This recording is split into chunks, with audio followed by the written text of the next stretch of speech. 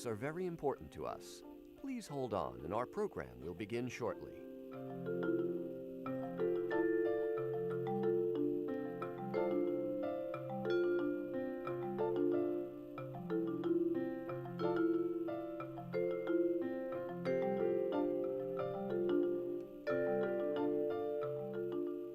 The Soundcheck podcast is coming up. Please continue to hold.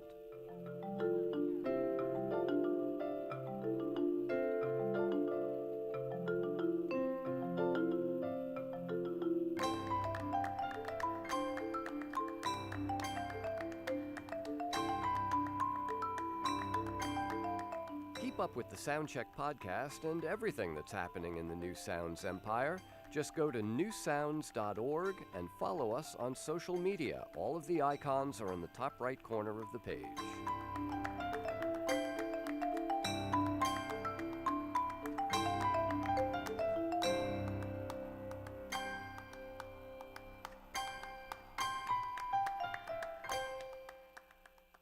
All of our other musicians are currently playing for other customers. Please stay with us, and someone will play for you in just a moment.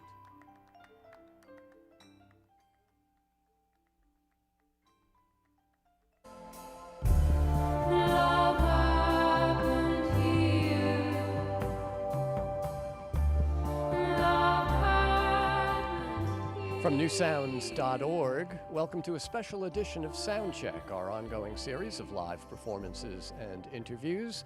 I'm John Schaefer, and it's a special edition because we are live in the Green Space, WNYC's ground floor multimedia performance venue, and because my guest is the one-woman band Emily Wells, violinist, vocalist, composer, producer, multi-instrumentalist, as you will shortly see and hear, and an artist whose albums have often been driven by a big idea, an early record of short symphonies with hip-hop production, her most recent record, which was about our relationship as human beings with the natural world.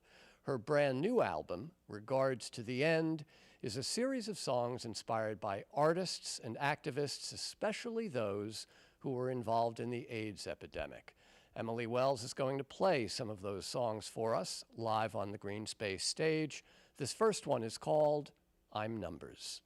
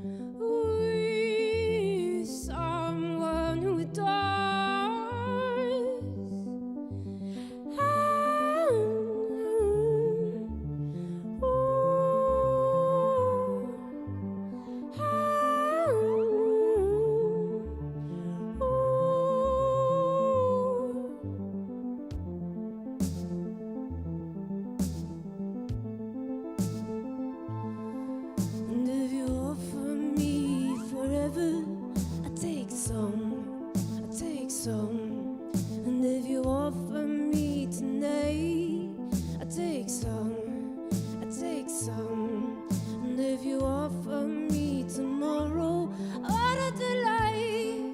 I take some, and if you offer me forever, I take some.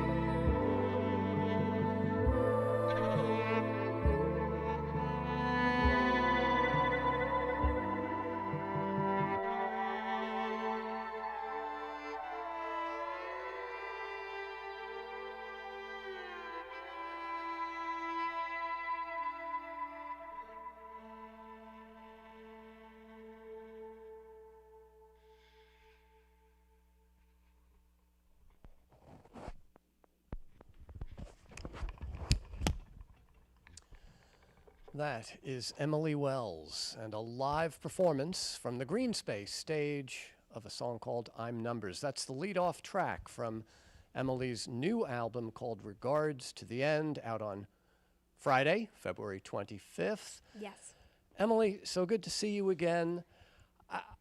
I get the feeling that when you put out an album and you come and you play some of the songs in our studio, it's not a series of discrete events and discrete conversations. I almost feel like we're picking up kind of where we left off. Absolutely. Is that intentional? I mean, I think it's the nature of the interviewer, perhaps. But it's funny you say that, because as I've been preparing for this this evening and thinking about the songs and thinking about what we were talking about, I have kind of felt this ongoing conversation in anticipation. And also, I think it's also the unique situation we're in that you and I have been in conversation for like 10 years now. Yeah. You know, you invited me to play at WNYC really early on in my career, and I love that you have been we have been in conversation through that whole development. Well, and as I said in the introduction, there do seem to be specific ideas animating not just individual songs, but each recording. And it's very tempting to look at this album with its continual callbacks to the AIDS crisis, Sure. and to think of it as a reaction to the pandemic. Yeah, right, right. When did you write these songs? Well, the songs were written mostly during the pandemic, but the concept for the album arrived before. I was thinking about the AIDS epidemic and the activism that took place at the beginning of that, in relationship to climate crisis, kind of on the heels of the last record, which is so much about our relationship to the natural world, as you said, and climate crisis, and kind of mourning the future in the present. You know, that was, in a way, there was a lot of kind of eulogizing of the future through that record. So this was more of like okay, well, what are we going to do about that? And who can we turn to learn from? And I, as a queer person, I am in the lineage of the activists of that time, and call them my elders, and but queer or not, I mean, I think they have a lot to teach us as human beings, as activists, as people who care about one another. But yeah, the pandemic definitely reordered me a bit in both my research. I thought the research was going to be a lot more science-based, like the text I was going to be reading as I was writing the songs. And I found myself to be a bit cold. And so I found myself turning more to the artists and the thinkers and the activists of that time, in particular, as companions, as teachers, and just as examples of like how to keep making in the face of the pandemic and the face of climate crisis, all of it, yeah. Well, and some of those artists and activists are no longer with us. Right. Some of them still are. Yeah. I'm Numbers is at least partially inspired by the work of Jenny Holzer. Yes. And I saw a big exhibition of hers at Mass MoCA 3 or 4 years ago, and so much of her visual art is based on text. Mm-hmm. So there's the meaning, the metaphorical meaning of the art, but then there's also the literal meaning of the words that she chooses. And I guess I'm just wondering how much of that plays into the songwriting process for you, that kind of concern with the literal meaning of the words versus the kind of the gestalt of the album, Sure. I am a writer, I think, first. I think words are the center and everything else comes from that place.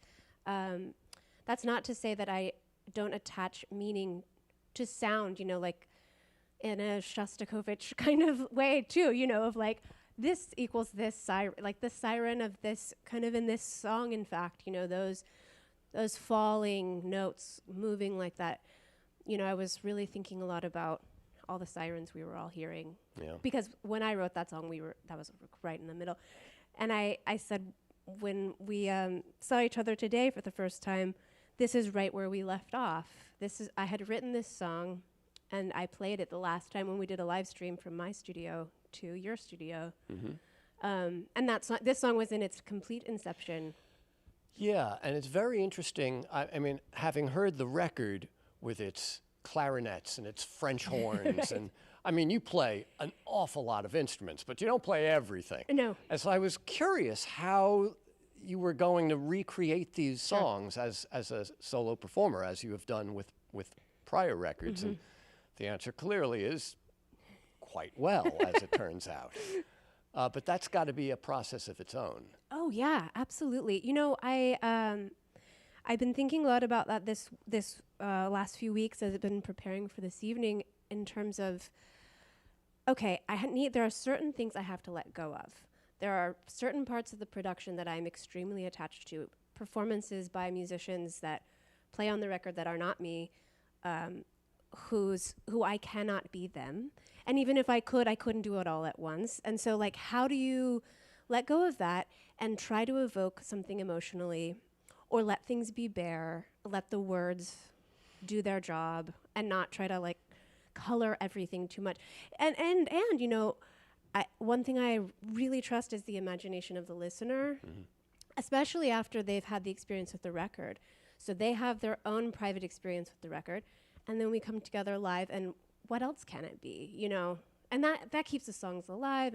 But I will say I have invited some other musicians to come on the road with me for the tour because I am a little too attached to a few, especially those clarinet parts.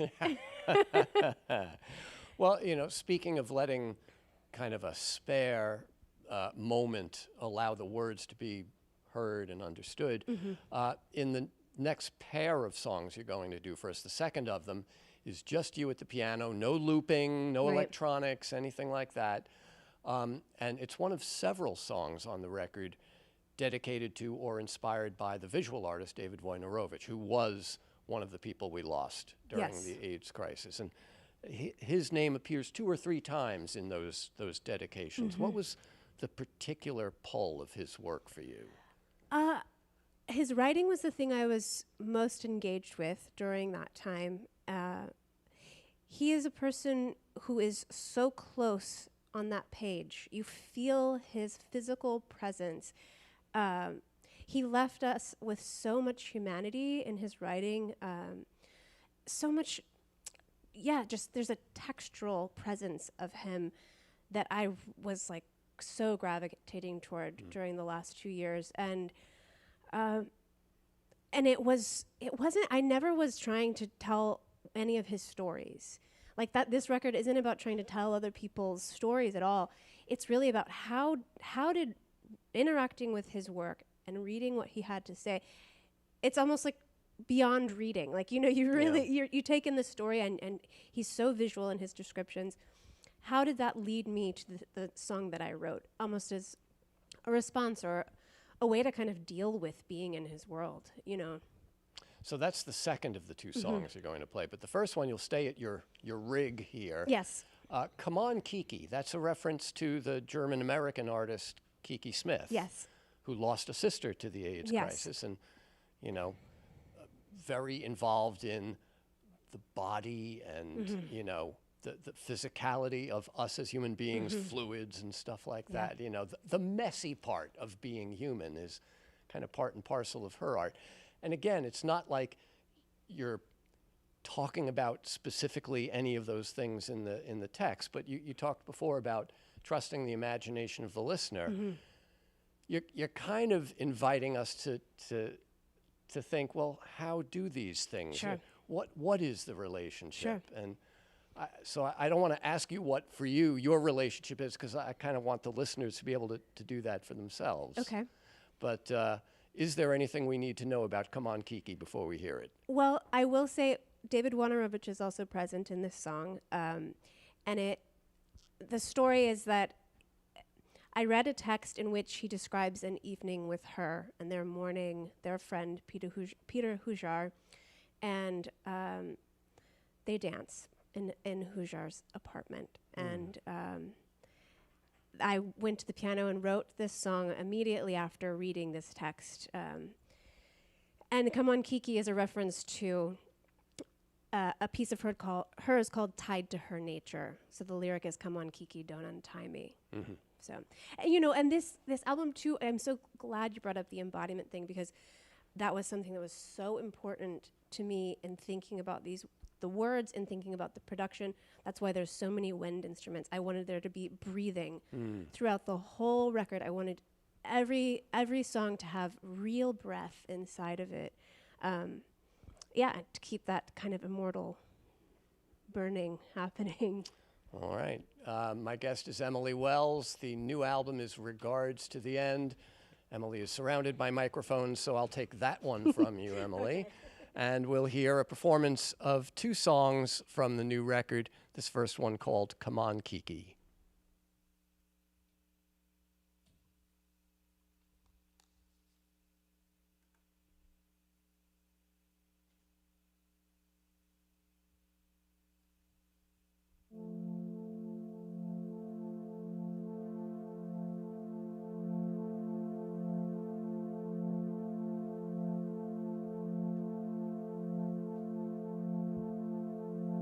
Say something, say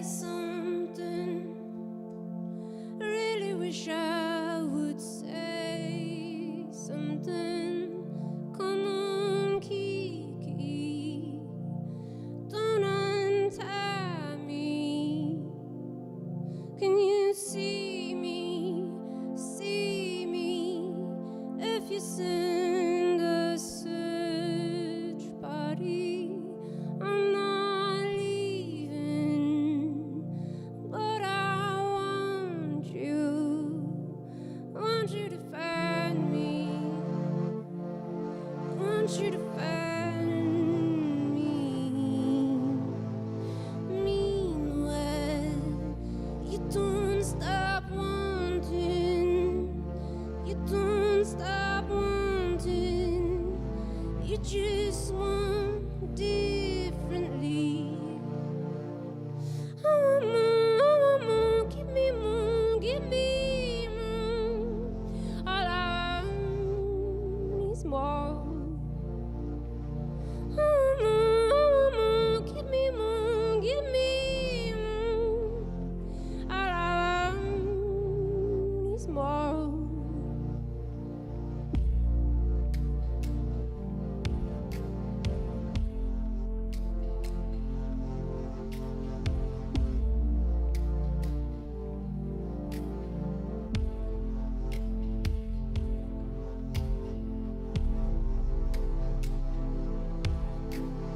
Dancing, dancing. I really wish I was dancing somewhere in the street, but I forgot to move my feet on my body, my body. Don't forgive me now. Just give me some more. All I want is more.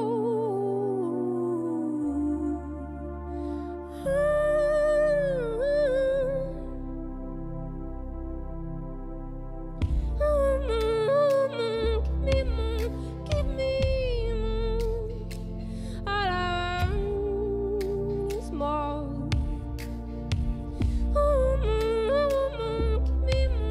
Give me more. All I want is more.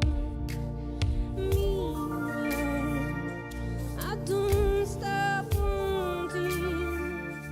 I don't stop wanting. I just want differently. Meanwhile, I don't stop asking. I don't stop asking. I just ask differently. I want more, give me more, give me more. All I want is more. I want more, give me more, give me more. All I want is more.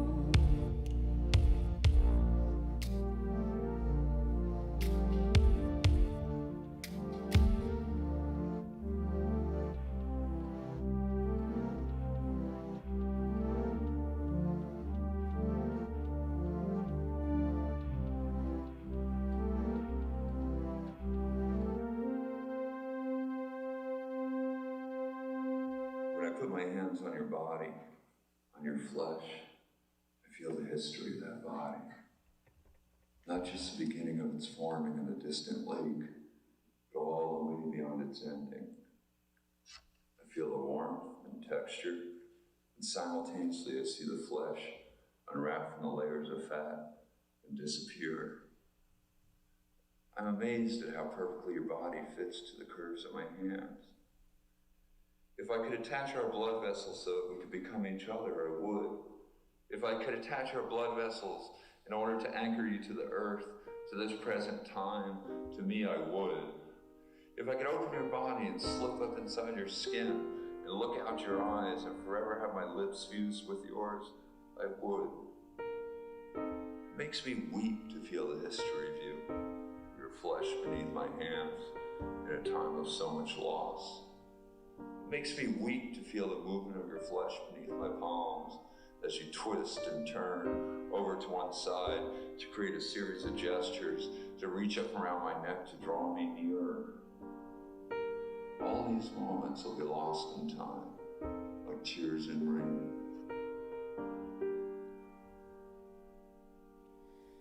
Tie a cord and hold me down. Take hold and hold me down. Take hold and hold me down. Take hold and hold me down. That's why you love me. That's why you love me. That's why you love me.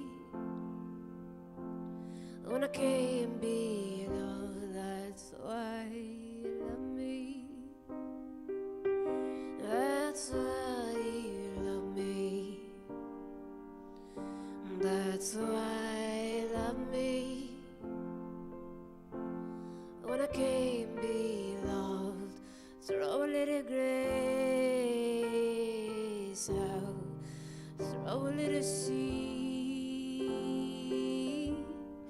throw a little grace out, and go lay among the weeds, and go lay among the weeds, and go.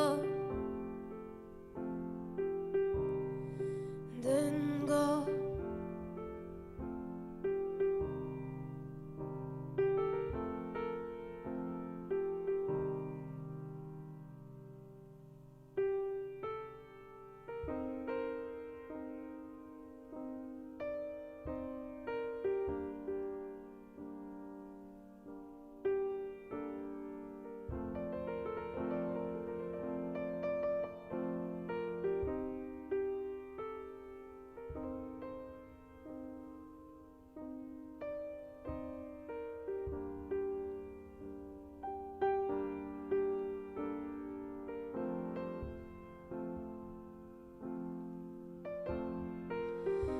That's why you love me. That's why you love me. That's why you love me. When I can't be loved, throw a little grace out, throw a little seed, throw a little grace out, and go lay among the weeds, and go lay among the weeds, and go, then go.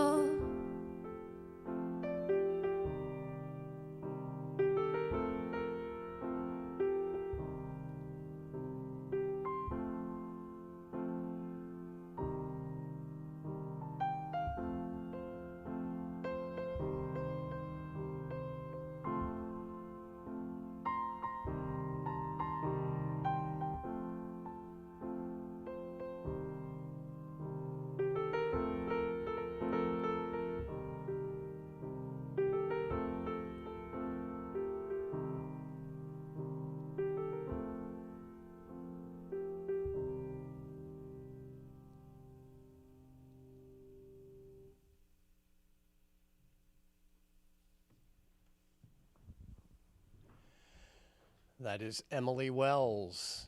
2 live performances of songs from her brand new album called Regards to the End, which is out on Friday, February 25th. That last song at the piano is called David's Got a Problem. And before that, a song called Come On Kiki, which featured Emily at her setup here on stage at the Green Space with the violin and the keyboards, the drums, the electronics, all the things that Emily Wells fans have come to expect when they see her performing live.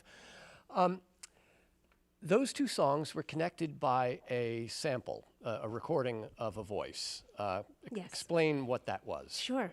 So that was David Wojnarowicz at a live reading of a piece that actually I read right before I wrote that song. And he's talking about wanting to connect his blood vessels to that of his lover, and to kind of hold himself down to earth through this connection. And again, that embodiment, that touching the flesh, the warmth of the flesh. I was so drawn to all of that imagery, and I really wanted to bring him into our little world here. Yeah, and it struck me the sadness of that that reading. You can hear it in his voice. You can hear it in the literal words that he's saying. And when it comes to the AIDS crisis, there were many emotional responses, and certainly sadness and melancholy was a totally understandable one. But if you ever read Derek Jarman's Modern Nature, his diaries as he was dying of AIDS in England, the overwhelming emotion there is rage. Yeah. And I know he's one of the names that you mention in the notes for the record. I'm not sure if there were any specific songs that you had in mind with him in mind. But there's an elegiac quality to your writing that seems to skew closer to David Wojnarowicz than to Derek Jarman. Yeah, I would say so. I mean, I feel like Wojnarowicz had a fair amount of rage as well. But I think perhaps he was a bit gentler by nature. And Derek Jarman does express a lot of sadness in his writings. I'm just that one clip versus this one set of writings. Yeah, Modern Nature was a part of my process, although I didn't have any of those, like, I read this and then I wrote a song, whoa, this is a through line to that piece of writing. But I thought a lot about, he describes in that book a lot about his garden and the waves that he can hear crashing nearby. And so a lot of that imagery is definitely present in the songs. But yeah, I mean, that book is, everyone should read that book. Yeah, I mean, and the rage comes from the fact that the National Health Service in the UK at the time was unable and perhaps, in his view, unwilling to help gay men who were, in the last throes of this terrible disease. And he kind of felt abandoned by his country. And yet there he was, kind of stubbornly clinging to a garden on the shores of Dungeness, on the bleak southern coast of England. There's something so poignant and heartrendingly beautiful about that image, about, refusing to allow life to stop simply because his was about to. Yeah. Oh, that's so true. That's so true. And the care with which each flower, everything was so specific, and he had such a relationship to everything that he touched in that garden. So I guess my question here is, there is, as I say, a kind of melancholy, elegiac quality to this record. Are you an optimist or a pessimist when it comes to us learning any kind of lessons as we head on into what is going to be a much longer pandemic than the coronavirus, namely, how do we deal with climate change? Will we learn anything from this and from the 80s and 90s? I don't know. I think depends on the day, but I would err on the pessimistic side, just based on history, right? The past is prologue, right? Yeah. But maybe we'll have to. I don't know. I think we'll be forced into a lot of uncomfortability before things really change. And again, I feel a lot of rage toward the powers that be as well, because there's only so much the individual can do outside of collective action, and even that, how far can we go? Does the role of the artist change the more you become aware of what's really going on? I think so, and I think that artists, whether they're expressing it through their work directly or through their reach, there's different ways to be an activist as an artist, and so I won't judge what others make in terms of content, but I do think, absolutely, our responsibility as human beings first changes, and as artists, absolutely. And if you're not thinking about it, what are you what are you thinking about? You know, at this point, right? Yeah. Many of the songs on the album, as you read the liner notes, you're quite upfront about, you know, you mentioned Wojnarowicz, his name appears on, I think, 3 different songs, and all the other artists and activists who inspired different songs. There's one that doesn't have names attached to it, and that's the song you're going to do next, unless I'm missing something. No. This wasn't a response to a specific. It's a response to things that happened in my life, and I was in the process of researching all of this. But no, it doesn't have a direct correlation to any specific artist. But it feels of a piece with the rest of this album? It still does, yeah. I mean, this song is essentially about if you get freedom, what do you do with it? And are you still, like, once your lead, you know, the dog reference is unclipped or cut. Right, the song is called Two Dogs Tethered Inside. Right? Yeah. Then do you just keep running the fences, even though there are no more fences? Like, what do you do with freedom if you get it? And in some ways that was in response to Joe Biden winning the election, in terms of, like, okay, so what are we going to do now? This is not over. This is the beginning. We're still very much in the beginning. And I don't want to plaster Joe Biden's face onto this song in any way whatsoever, or anybody else's for that matter. That was part of, this was written right around that period of time. So okay, so that feeling of release from something, and maybe not knowing fully what comes next. Yeah. That was absolutely part of it. There's a lot of imagery in this song that kind of refers to that feeling. But yeah, again, not directly. Right. I mean, it's art, not a journal. Right. You know? Right. Yes, exactly. All right, let's hear the song. It's called Two Dogs Tethered Inside. Another live performance from Emily Wells, who is performing for us live on stage at the Green Space.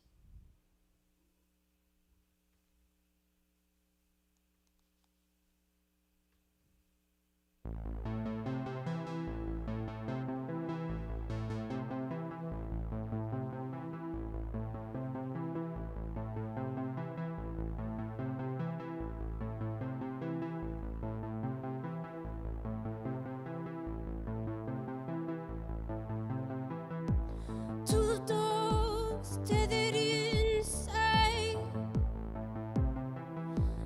my heart of fire.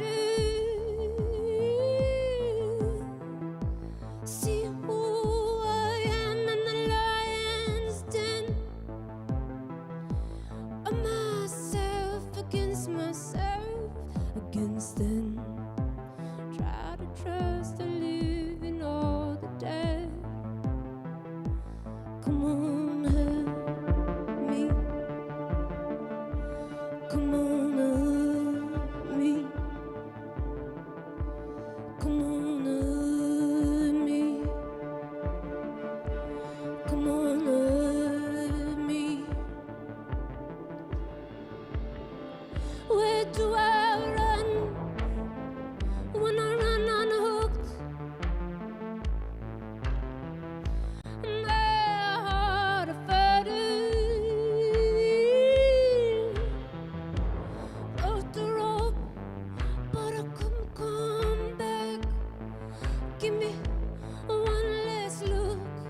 Give me one last laugh.